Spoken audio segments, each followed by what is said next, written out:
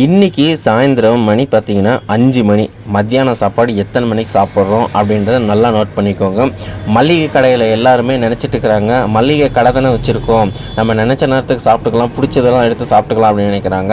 ஆனால் அது முற்றிலும் தவறு. சப்போர்ட் இருந்தால் மட்டும்தான் அதெல்லாம் பண்ண முடியும். சப்போர்ட் இல்லாதவங்கெல்லாம் ரொம்ப கஷ்டம். அந்த லிஸ்ட்டை தான் நாங்கள் இருக்கோம். இப்போ மணி 5 மணிக்கு எங்கள் வீட்டில் சாப்பிட்றாங்க. நானுமே இதுக்கு முன்னாடி கொஞ்ச நேரம் சாப்பிட்டு முன்னாடி தான் இப்போ வீடியோ எடுக்க நான் ஆரம்பிச்சிருக்கேன் நான். சரிங்களா? ஸோ மளிகை கடைக்காரங்களோட லைஃப் ஏன் இந்த மாதிரி 5 மணி வரையும் போகுது அப்படின்னா, அப்போ கஸ்டமர் உங்கள் கடைக்கு அதிகமாக வந்துட்டு இருக்கிறாங்க அப்படின்னு சொல்லிட்டு நீங்கள் பார்க்குற ஆடியன்ஸு நீங்கள் கூட அப்படி நினைக்கலாம். ஆனால் அது கிடையாது. கஸ்டமர் ஒரு பக்கம் வந்துகிட்டே இருப்பாங்க, ஒரு பக்கம் கடைக்கான ஐட்டம் சரக்கும் வந்துட்டுருக்கு. இன்றைக்கான பில்லு பார்த்தீங்கன்னா ஆயில் பில்லே 8,000 சில்லற ரூபா இருந்திருக்கு. சரிங்களா? அதுக்கப்புறம் பார்த்தீங்கன்னா அது முடிஞ்சு அடுத்த ஐட்டம் இருந்திருக்கு. ஒரு நாளைக்கு எத்தனை ஏஜென்சி வருதுன்னு பாருங்கள் நீங்களே.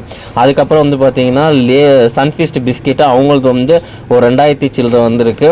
அப்புறம் ஆயில் ஒரு 10 பாக்ஸ் கிட்ட ஆர்டர் போட்டிருந்தோம், அதுவும் 8,000 சில்லற வந்திருக்கு. ஸோ இந்த மாதிரி நமக்கு வந்துன்னே இருக்கும்போது எப்படி நம்ம யோசிச்சு பாருங்கள். நீங்கள் அவங்கக்கிட்ட ஏஜென்சிக்காரங்கிட்ட நான் சாஃப்ட்வேர் வெயிட் பண்ணுங்கன்னு சொன்னால் அவங்க அக்செப்ட் பண்ணிக்குவாங்களா? கண்டிப்பாக அக்செப்ட் பண்ண மாட்டாங்க. ஸோ அதை நம்ம ரிசீவ் பண்ணி தான் ஆகணும், வேறு வழி இல்லை. ஏன்னா நமக்கு ஹோல்சேலில் ஹோல்சேலை விட ஏஜென்சிக்காரங்கிட்ட வாங்குறது பெட்டர் தான் மளிகை கடைக்காரங்க. ஏன்னா அவங்ககிட்ட கிவ் அண்ட் டேக் ரிட்டர்ன் பாலிசியும் இருக்குது. ஆனால் நம்ம ஹோல்சேலில் வாங்கினா வாங்குறாங்க, பட் அவ்வளோ டீப்பாக வாங்க மாட்டாங்க. டேட்டெல்லாம் எக்ஸ்பிரி ஆகிடுச்சு அப்படின்னா வாங்கவே மாட்டாங்க. ஸோ அதனால தான் நம்ம அவங்கக்கிட்டலாம் வாங்கி அவங்கக்கிட்ட லிங்க்கில் நம்ம கான்டாக்டில் இருக்கணும் அப்படின்ற ஒரு விஷயத்தை தான் நான் சொல்ல வரேன் நான். ஸோ இதனால் நான் என்ன சொல்ல வரேன் அப்படின்னா, அப்போ நம்மளோட மளிகை கடைக்கு ஒரு நாள் இன்வெஸ்ட்மெண்ட் எவ்வளோ ஆகுது அப்படின்னா, நீங்கள் எல்லாம் நினச்சிட்டு இருக்கோம் மளிகை கடைனா ஒரு பெரிய இன்வெஸ்ட்மெண்ட் இல்லை, 1 லட்ச ரூபாயிலேருந்து 2 லட்ச ரூபாய் இருந்தால் போதும் அப்படின்னு நினச்சிட்டு இருக்கிறீங்க. ஆனால் அது முற்றிலும் ஒரு தவறுங்க.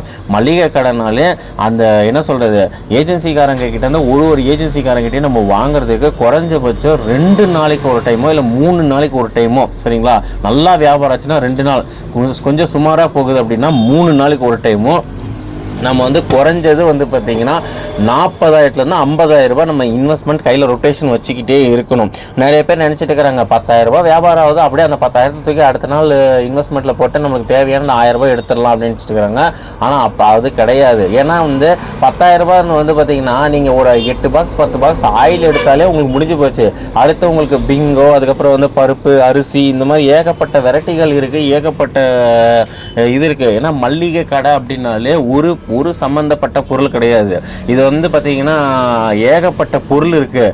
அதனால் இதுக்கு எல்லாத்துக்கும் நம்மளுக்கு இன்வெஸ்ட்மெண்ட்டுக்கு நமக்கு கண்டிப்பாக ஒரு 2 நாள் 3 நாளுக்கு ஒரு டைம் 50,000 ரூபாய் வச்சுக்கிட்டு தான் நம்ம இதில் வேலை பண்ணணும். ஸோ இவ்வளோ கஷ்டப்பட்டு நம்ம டைமுக்கு சாப்பிடாம நமக்கு இந்த மளிகை கடையில் என்ன ஒரு ப்ராஃபிட் இருக்குது சொல்லுங்கள் பார்க்கலாம். ஆனால் உண்மையிலே சொல்கிறேன், மளிகை கடையில் நல்லாவே ப்ராஃபிட் இருக்குது. அத்தியாவசிய தேவை இது நல்ல ஒரு ஃபாஸ்ட் மூவிங்கான இதுதான். சரிங்களா?